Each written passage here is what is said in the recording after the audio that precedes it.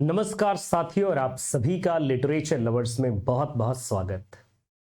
तो आपको इंतजार था आपकी भर्ती का एमपी ग्रेड 1 यानी कि एमपी पीजीटी जिसे कहें या ग्रेड 1 कहें। तो इस भर्ती का इंतजार था और आज ये इंतजार फाइनली खत्म हुआ। एमपी पीईबी की तरफ से आपके लिए नोटिफिकेशन आ चुका है और साथ में एग्जाम डेट और आवेदन की तिथि, साथ में एलिजिबिलिटी, सिलेबस, सब कुछ। तो आज इसी टॉपिक पर हम लोग विस्तृत चर्चा करने वाले हैं, मतलब विस्तार से बातचीत करने वाले हैं कि क्या क्या चीजें होने वाली हैं और क्या क्या मतलब पैटर्न रहेगा परीक्षा का। पूरी चीजों पर बातचीत करेंगे। तो सबसे पहले बातचीत करेंगे कि ऑनलाइन जो आवेदन की तिथि है वो क्या है। तो ऑनलाइन आवेदन की तिथि कब से प्रारंभ हो रही है, यानी कि ये हो रही है 12/1/2023 के साथ, है ना। तो जनवरी मंथ में, नए साल में आपके लिए नई खुशी मिलने वाली है। 12 जनवरी से आपका स्टार्ट होने वाला है आवेदन और अंतिम तिथि होगी इसके लिए 27 जनवरी 2023। तो आपके लिए ये लास्ट डेट होने वाली है। अगर देखा जाए कि संशोधन की अंतिम तिथि क्या है, तो संशोधन आप पहले दिन से कर सकते हैं। जैसे कुछ गलतियां हो जाती हैं तो अगर आपके फॉर्म में कुछ गलतियां हैं तो पहले दिन से ही आप आराम से उसे संशोधित कर सकते हैं। और अंतिम जो तिथि है वो है 1/2/2023 यानी कि 1 फरवरी 2023 तक आप अपने जो भी अगर कुछ गलत हो गया है उसका करेक्शन आप लोग कर सकते हैं। और परीक्षा की डेट तक आपके लिए आ चुकी है। परीक्षा की डेट जो है बड़ा सुनहरा अवसर है। परीक्षा की डेट है आपके लिए 1 मार्च 2023 यानी कि मार्च में आपकी परीक्षा प्रारंभ। तो अब देर किस बात की, कमर कसने की जरूरत है, पढ़ने की जरूरत है, सारा सिलेबस अपना खत्म करने की जरूरत है। बेसिकली अगर बातचीत करी जाए आगे, तो आगे कुछ और भी जानकारी है कि क्या आपके लिए फी है। बेसिकली तो अनारक्षित वर्ग के लिए 600 रुपीज है ये। और अगर जहां हम आरक्षित वर्ग की बातचीत करते हैं, अनुसूचित जाति, जनजाति, पिछड़ा वर्ग या फिर जो भी दिव्यांग है, तो उनके लिए आपको 300 रुपीज प्रति प्रश्न पत्र। प्रति प्रश्न पत्र का मतलब है कि जो आपके प्रश्न पत्र होते हैं उसके अकॉर्डिंग, यानी कि जैसे एक आप अप्लाई करते हैं फॉर्म, उसके लिए है। ठीक है। इसे एमपी ग्रेड 1, एमपी पीजीटी या एमपी टेट के नाम से भी जाना जाता है। कई सारे इसके नाम हैं, ये भी ध्यान रखेंगे प्लीज, है ना।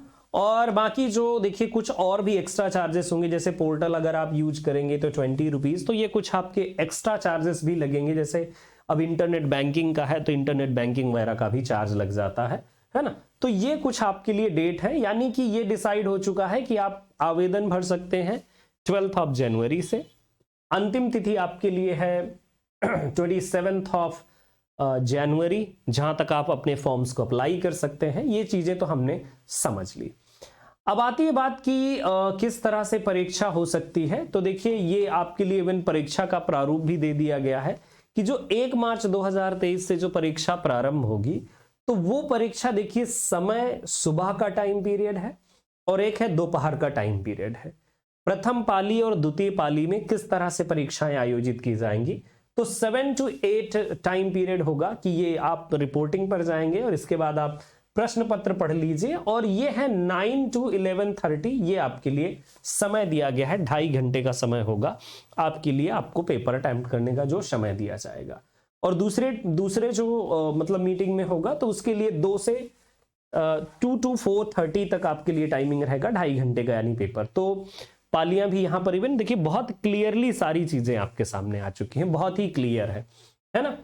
अब इस तरह से फिर आप कैसे अपने आप का पंजीयन करेंगे। पंजीयन करने के लिए आपको सबसे पहले कि जो साइट है एमपीपीईबी वाली साइट जो है, तो ऑफिशियल साइट पर जाएंगे। वहां पर आपको आधार का अपना पंजीयन करना होगा, पहचान पत्र लगाना होगा। ये सारी जानकारी अगर आप खुद से भरते हैं तो ये मतलब आपको ये पढ़ लेना चाहिए। अगर आप कैफे में जाकर के भरवाते हैं फॉर्म तो वो ऑटोमेटिकली सारी चीजें उनकी जानकारी में होती हैं। बायोमेट्रिक सत्यापन अनिवार्य होगा। देखिए परीक्षा में प्रवेश के समय और बायोमेट्रिक सत्यापन, यानी कि बिल्कुल देखिए जिसमें से होता है ना कि फ्रॉड का कोई भी, किसी भी तरह का धोखाधड़ी कोई भी ना हो सके, तो उसको ध्यान में भी रखा गया है। ठीक है, बिल्कुल। आगे अब बात आती है कि और भी क्या चीजें हैं, तो और चीजों को हम लोग ध्यान में रखते हुए देखते हैं कि क्या है। देखिए, ये तो बाकी जानकारी है कि कौन सी जानकारी कहां पर दी गई है। तो ये देखिए, जो पद का विवरण है ये उच्च माध्यमिक शिक्षक, जैसे मैंने कहा ना कि एमपी पीजीटी, या मैंने ग्रेड 1 कहा है ना, तो ये उच्च माध्यमिक शिक्षक के नाम से भी जाना जाता है। ये पात्रता परीक्षा है, क्योंकि जो एमपी का प्रावधान है वो नया प्रावधान ये होने वाला है कि आपको पहले ये देना होगा, इसके बाद मेन एग्जाम आपका होगा, है ना। तो ये जब क्रैक करेंगे तभी आप मेन एग्जाम के लिए तैयार हो पाएंगे, ठीक है।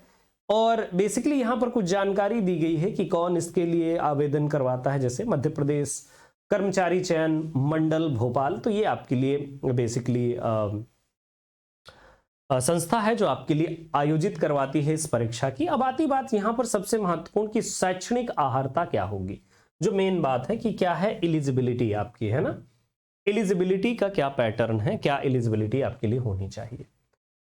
तो संबंधित विषय में द्वितीय श्रेणी यानी सेकेंड डिवीजन, द्वितीय श्रेणी में स्नातकोत्तर की उपाधि के साथ बीएड, मतलब आपको क्या चाहिए, मास्टर डिग्री, है ना। मास्टर देखिए, अब आप कहेंगे कि जो सब्जेक्ट है, जैसे बीएस एमएससी हो सकता है, एमए हो सकता है ना, वो तो डिपेंड करता है कि आपके जो भी विषय हैं उसके अकॉर्डिंग। तो मास्टर डिग्री चाहिए और बीएड चाहिए होगा आपको, मास्टर डिग्री प्लस बीएड दोनों चाहिए होगा आपको, या उसके समकक्ष। और अगर संस्कृत पाठशाला के उच्च माध्यमिक शिक्षक, संस्कृत के संबंध में संस्कृत साहित्यम आहारकारी 60% है। देखिए, अगर आप मान लीजिए यूपी से हैं, तो क्या यूपी से हैं तो आप अप्लाई कर सकते हैं, आंसर है यस।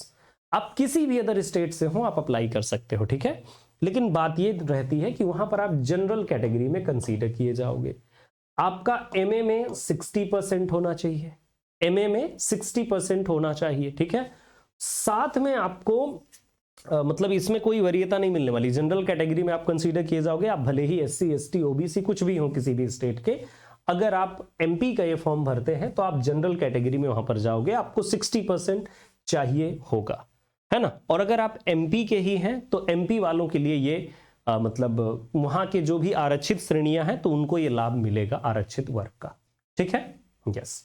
अगर दिव्यांगजन है तो उसके लिए भी देखिए न्यूनतम अर्हता 50% होगी। ये 50% किसी भी कैटेगरी के लिए अप्लाई होता है, आप किसी भी कैटेगरी में हो तो अगर दिव्यांग हैं तो उसके लिए अप्लाई होता है।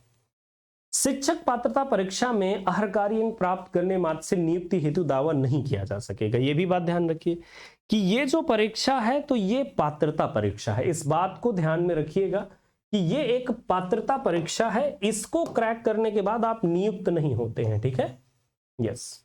ये उसी तरह से है जैसे नेट क्रैक करने के बाद आपको असिस्टेंट प्रोफेसरशिप के एग्जाम देने होते हैं, टेट क्रैक करने के बाद आपको समझिए सुपर टेट दूसरे लेवल का एग्जाम देना होता है। तो ये पहला लेवल है, लेवल 1 है, लेवल 2 आपके लिए आगे रहेगा, ठीक है, यस।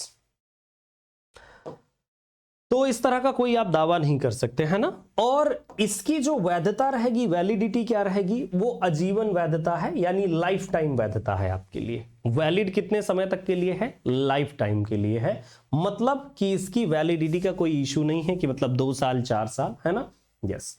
वर्ष 2018 इसके बाद आयोजित शिक्षक पात्रता परीक्षा के लिए आजीवन वैधता लागू होगी, अर्थात वर्ष 2018 अथवा इसके बाद आयोजित शिक्षक पात्रता परीक्षा में अर्ह अभ्यर्थी को पुनः पात्रता परीक्षा में सम्मिलित होने की आवश्यकता नहीं है। अगर आपने 2018 में दिया हो और आप ये इस लेवल को आपने ऑलरेडी क्रैक किया हो तो मतलब फिर आपको कुछ और करने की कोई जरूरत नहीं है, वो आपका लाइफ टाइम वैध है।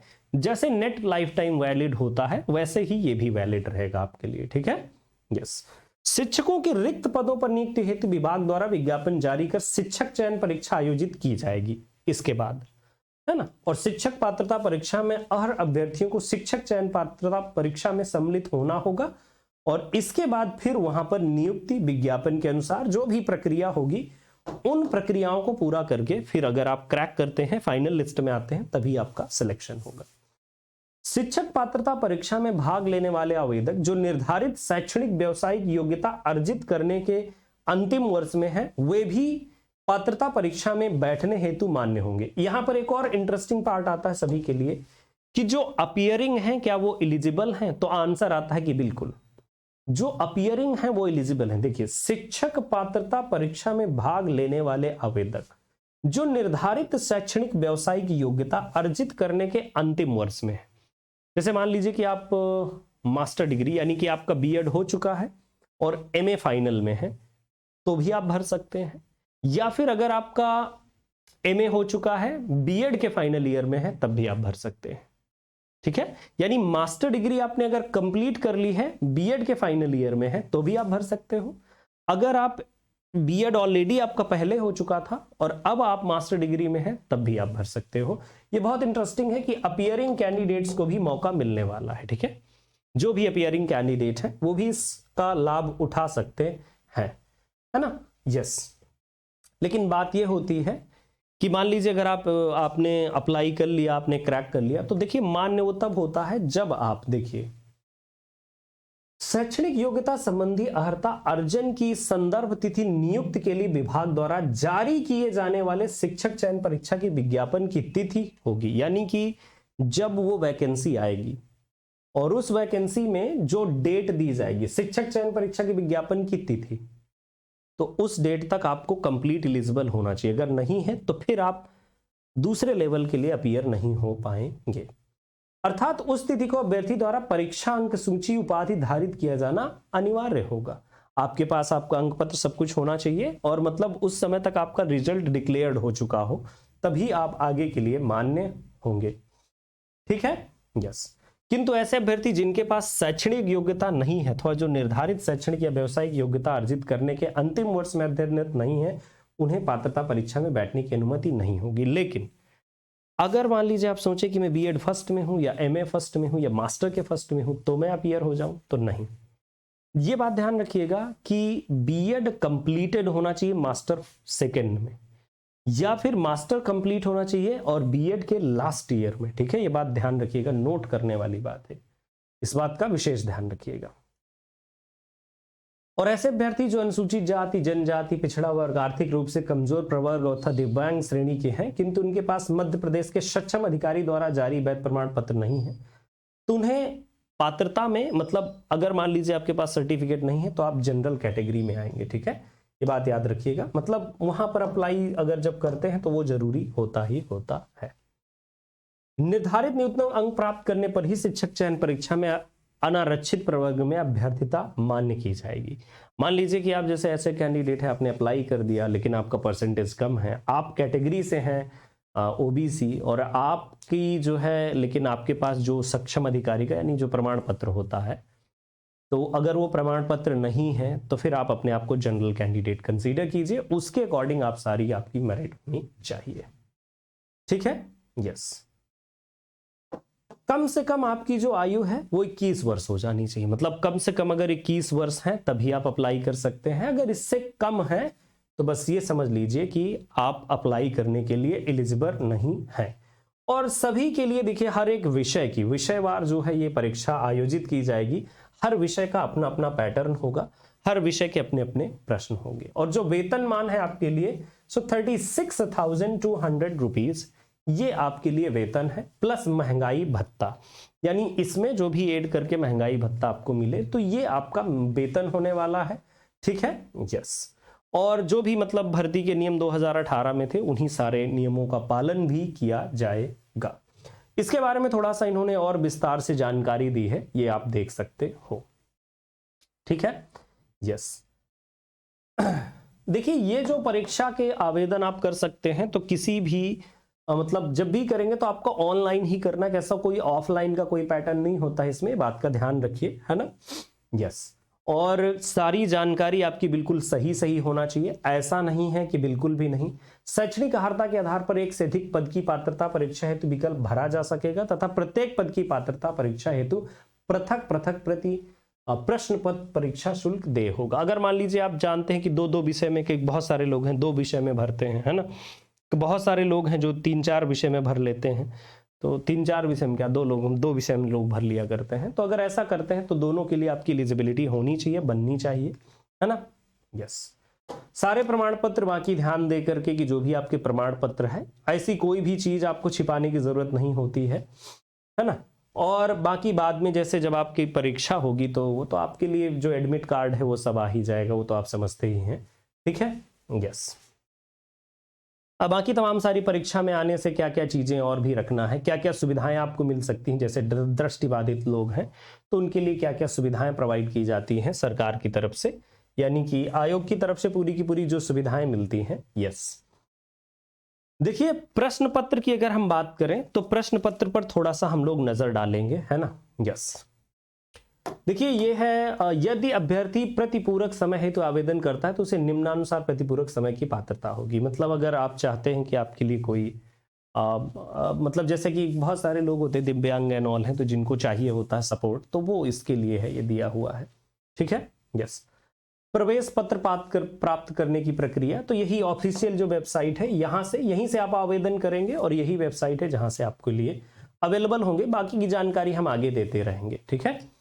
यहां सबसे इंपॉर्टेंट पैटर्न आता है आपके लिए कि मूल्यांकन की पद्धति क्या है, इवैल्यूएशन का सिस्टम क्या होगा। थोड़ा ध्यान दीजिएगा इस पर कि देखिए प्रत्येक प्रश्न का एक अंक होगा, यानी एक प्रश्न बराबर एक नंबर, है ना, 1 = 1 रहेगा, लेकिन ऋणात्मक भी रहेगा, यानी माइनस मार्किंग होगी। तो माइनस मार्किंग मतलब तुक्के की बात नहीं बनती है, ठीक है।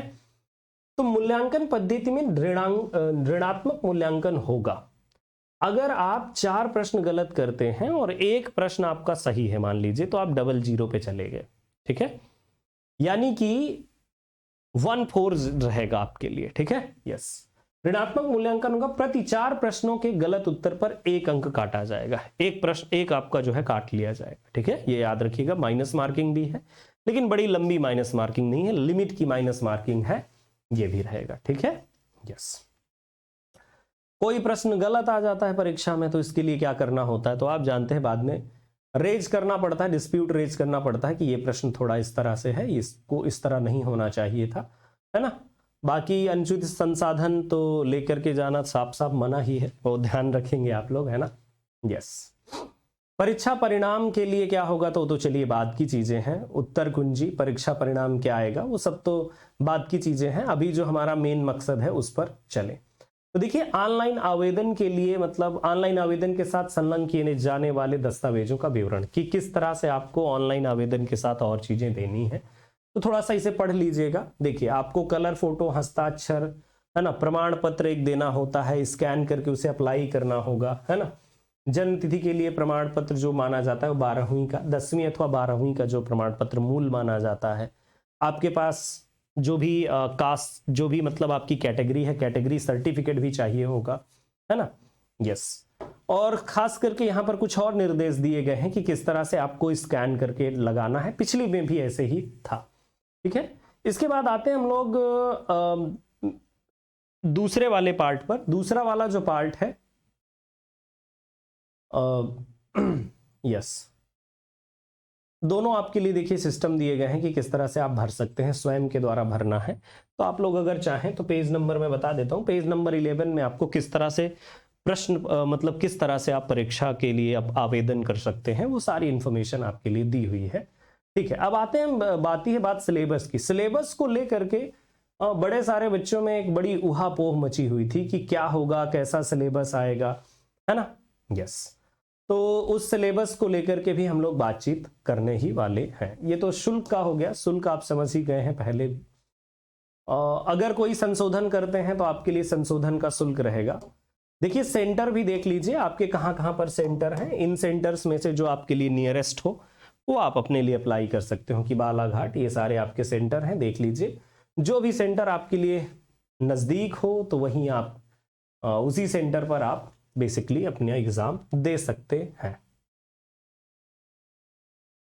ओके, इसके बाद हम लोग आते हैं सीधे सिलेबस पैटर्न पर। सिलेबस का पैटर्न हमें देखना है। ये देखिए सभी जो भी कोई भी विषय हो तो कोई भी विषय में कितने कितने क्या प्रश्न आएंगे, है ना। ये प्रश्नों का विवरण दिया हुआ है कि 120 क्वेश्चन होंगे और 120 मार्क्स के होंगे, माइनस मार्किंग है ही, सारे आपके विषय दिए हुए हैं, है ना। यस, ये पूरे विषय जो 16 विषयों में परीक्षा आयोजित की जाएगी, तो ये पूरे के पूरे 16 विषय आपके लिए दिए हुए हैं हिंदी, अंग्रेजी, संस्कृत, उर्दू, गणित, भौतिक विज्ञान, जीव विज्ञान, रसायन विज्ञान, सारे विषय आपके दिए हुए हैं। अब जो भी आपका कंसर्न विषय है उस विषय से आप अप्लाई कर सकते हैं। बेसिकली जो प्रश्न का जो स्तर हो सकता है वो किस तरह से हो सकता है, तो देखिए पहला जो पार्ट होता है वो सामान्य ज्ञान से एसोसिएटेड होता है, समसामयिक घटनाचक्र एंड ऑल, है ना। देखिए क्या क्या चीजें हैं, तो समसामयिक घटनाक्रम है, तार्किक एवं आंकिक योग्यता यानी रीजनिंग, पेडागोजी पढ़ना होगा आपके लिए, है ना, और मानसिक स्तर और हिंदी इंग्लिश का जो टेस्ट होता है, ये सारी चीजें होती हैं। जो दूसरा भाग होगा प्रश्न का आपका, तो वो बेसिकली आपके स्नातकोत्तर विषय से संबंधित होगा। जिस भी विषय के आप विद्यार्थी हैं उसी विषय से आपको वो मतलब प्रश्न आपके लिए आएंगे आपके एग्जाम में। अब आती है बात की आपका सिलेबस क्या है, तो देखिए ये सिलेबस डिफरेंट सब्जेक्ट्स के लिए दिया गया है। जैसे सामान्य हिंदी, ये मतलब वो सिलेबस है आपका जो जनरल है, ये जनरल सब्जेक्ट मतलब सबके लिए है, किसी भी विषय का विद्यार्थी हो, जो 16 विषय हैं आपके उन सभी विषय के विद्यार्थियों के लिए ये जरूरी होगा। और इंग्लिश के विद्यार्थियों के लिए एक प्लस पॉइंट रहता है सामान्य अंग्रेजी, और हिंदी के विद्यार्थियों के लिए सामान्य हिंदी, मतलब डबल बोनस मिल जाता है। ये बहुत अच्छी बात है, मतलब बेनिफिट हो जाता है यहाँ पर देखिए, क्योंकि सामान्य अंग्रेजी का भी पार्ट है और सामान्य हिंदी का पार्ट है, तो काफी बेनिफिट मिल जाता है जो इस विषय के विद्यार्थी होते हैं, जैसे जिनका एमए इसी विषय से है, तो काफी अच्छा बेनिफिट इन्हें मिल जाता है। ठीक है, बाकी आपको देखिए क्या क्या है, सामान्य अंग्रेजी, सामान्य हिंदी, सामान्य ज्ञान और घटनाक्रम, यहाँ पूरी की पूरी चीजें दी गई हैं। ये आप टॉपिक वाइज आराम से पढ़ सकते हैं, टॉपिक पूरे के पूरे दिए गए हैं, जो जो पढ़ना है एक एक टॉपिक आप उठा करके पढ़ सकते हो। हिंदी इंग्लिश दोनों में दिया गया है। रीजनिंग भी रहेगी, तार्किक योग्यता, आंकिक योग्यता भी है, यानी कि रीजनिंग न्यूमेरिकल एबिलिटी जो है एक है, और एक है रीजनिंग एबिलिटी, तो दोनों टाइप की आपके एबिलिटीज। पेडागोजी देखनी होगी आपको, और कुछ जो है आपके शिक्षा से संबंधित, जैसे जो बीएड से संबंधित होंगी चीजें, तो वो बेसिकली आपके लिए यहाँ पर, जैसे समावेशी शिक्षा या बीएड वगैरह का पार्ट होता है, तो वो सारी चीजें आपके लिए दी जाएंगी। हिंदी इंग्लिश दोनों में सिलेबस है, आप आराम से देख सकते हो। अब आती बात विषयगत सिलेबस क्या है आपका, जो भी विषय है आपका उसका सिलेबस। तो यहाँ पर बात आ जाती है कि जैसे ये हिंदी का सिलेबस है, हिंदी विषय का, तो हिंदी विषय के अभ्यर्थी मतलब इसे ध्यान से देख ले अच्छे से। ये पीडीएफ हमारे टेलीग्राम पर भी अवेलेबल रहेगा, लिटरेचर लवर्स टेलीग्राम हमारा हैंडल है, तो वहां पर आप विजिट करके भी इसे डाउनलोड कर सकते हैं, ऑफिशियल वेबसाइट पर भी अवेलेबल है। अब रही बात इंग्लिश के आपके विषय वस्तु की क्या क्या है, तो इसमें 2 पार्ट रहते हैं आपकी इंग्लिश में, पार्ट ए और पार्ट बी। तो देखिए मैंने बताया कि जनरल में तो आपको बेनिफिट मिलने ही वाला है, वहां पर इंग्लिश सब्जेक्ट जो आप पूछा जाता है आपसे। दूसरा यहाँ पर ये जो पार्ट है, तो देखिए यहाँ पर पूरा ये ग्रामर का पैटर्न है, पूरी ग्रामर आपको पढ़ने की जरूरत पड़ती है ना, आर्टिकल, प्रीपोजिशन, कंजक्शन, वर्ब, तो ये हमारे कोर्स में आपको पूरा का पूरा मिलता है। ये ए पार्ट और बी पार्ट दोनों पार्ट्स हम आपको कंप्लीटली प्रोवाइड करते हैं, पेड क्लासेस इसके लिए अवेलेबल है हमारे पास। तो जो भी इच्छुक विद्यार्थी हो, इंटरेस्टेड कैंडिडेट हो इंग्लिश के लिए, तो वो हमसे संपर्क कर सकते हैं। इधर फिक्शन का पार्ट है, देखिए सिलेबस आपका चेंज बिल्कुल नहीं हुआ है, ये बात ध्यान रखिएगा, क्योंकि बहुत सारे विद्यार्थियों का कहना था सर सिलेबस चेंज हो जाएगा तो क्या करेंगे, सिलेबस चेंज हो जाएगा तो क्या करेंगे।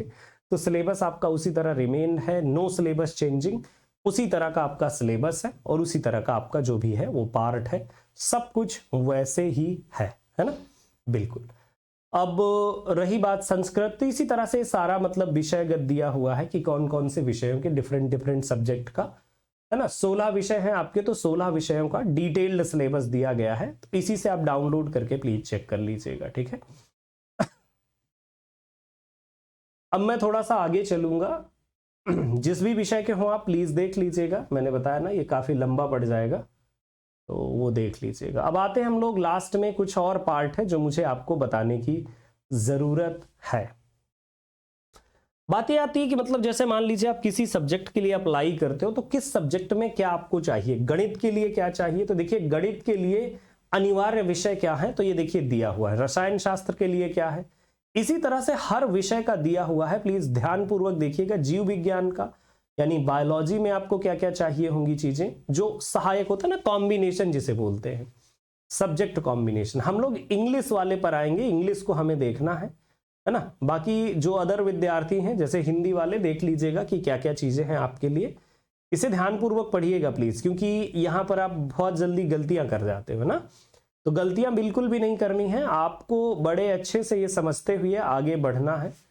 कॉमर्स का आ गया अपना, इंग्लिश का जल्दी आ जाए। अंग्रेजी देखिए अंग्रेजी विषय के लिए बड़े अच्छे से आप ये देखिएगा, इस पार्ट को बड़े अच्छे से समझने की कोशिश करना है।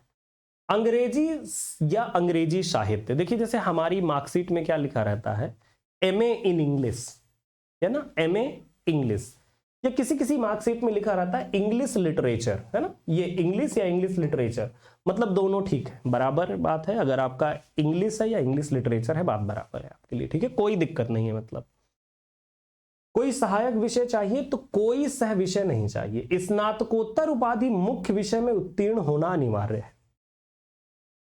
इंग्लिश लिटरेचर में या इंग्लिश में आपका एमए होना अनिवार्य है।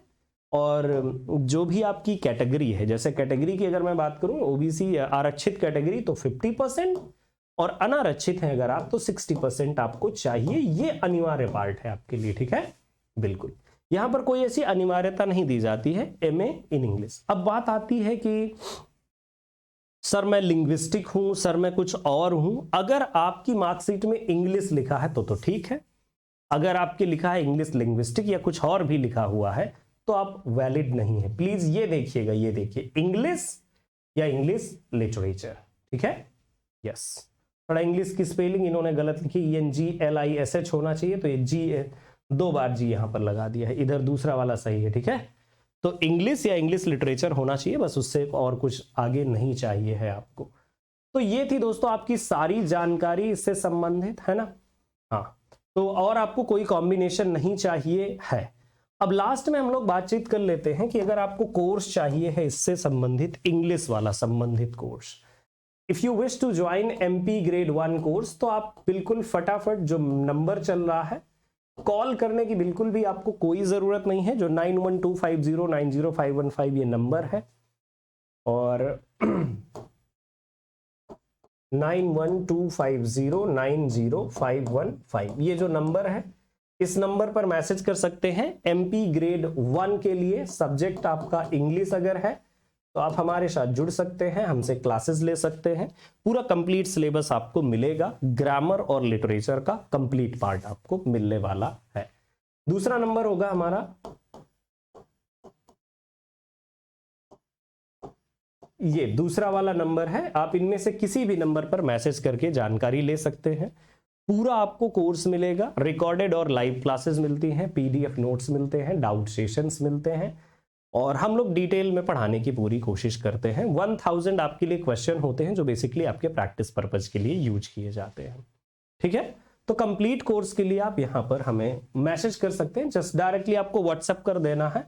अगर आप व्हाट्सएप कर देंगे तो हम आपसे, अगर हमें लगेगा कि आपको कॉल करने की जरूरत है तो डेफिनेटली हम आपको कॉल कर देंगे। अगर नहीं कॉल करने की जरूरत है तो हम आपको जानकारी पूरी की पूरी भेज देंगे आपके व्हाट्सएप पर। आप अपनी जानकारी पूरा आराम से पढ़ करके अगर आप चाहते हैं तो आप ज्वाइन भी कर सकते हैं। बेहतर कोर्स होगा आपके लिए, बढ़िया कोर्स होगा, है ना। तो ठीक है, फिर अगर आ ही गई है वैकेंसी और आप लोग तैयार ही हैं तो बस चलते हैं इसी के साथ, है ना। पढ़ेंगे, आगे बढ़ेंगे और करते चलेंगे सब कुछ। सो बस आज की जानकारी की बस इतनी ही थी गाइज। और क्या मतलब, जैसे मैं लास्ट में फिर से आपको एक बार दोहरा दूं कि क्या दूसरे स्टेट के लोग भर सकते हैं, तो बिल्कुल भर सकते हैं, इसमें कोई दो राय नहीं है। आप किसी भी स्टेट से हो, जनरल कैटेगरी में फाइट करने की हिम्मत रखते हैं अगर, तो आराम से भर दीजिएगा, ठीक है। बस परसेंटेज देख लीजिएगा अदर स्टेट वाले कि 60 है आपका या नहीं है। अगर उससे कम हो तो पहले से ही प्रणाम कर लीजिएगा, और अगर आप MP के हैं तो अपनी कैटेगरी के अकॉर्डिंग परसेंटेज देखिएगा, ठीक है। तो चलिए बस आज के लिए मेरी तरफ से इतना ही। Thank you so much, bye, take care, और फिर से हम आपसे मिलेंगे। तब तक अपना ख्याल रखिएगा ऐसे ही और मुस्कुराते रहिए। और बाकी हमारा बैच ऑलरेडी चल ही रहा है, ग्रामर लिटरेचर दोनों आपके लिए अवेलेबल है। तो चलिए चलते हैं फिर। थैंक यू सो मच, जय हिंद, जय भारत।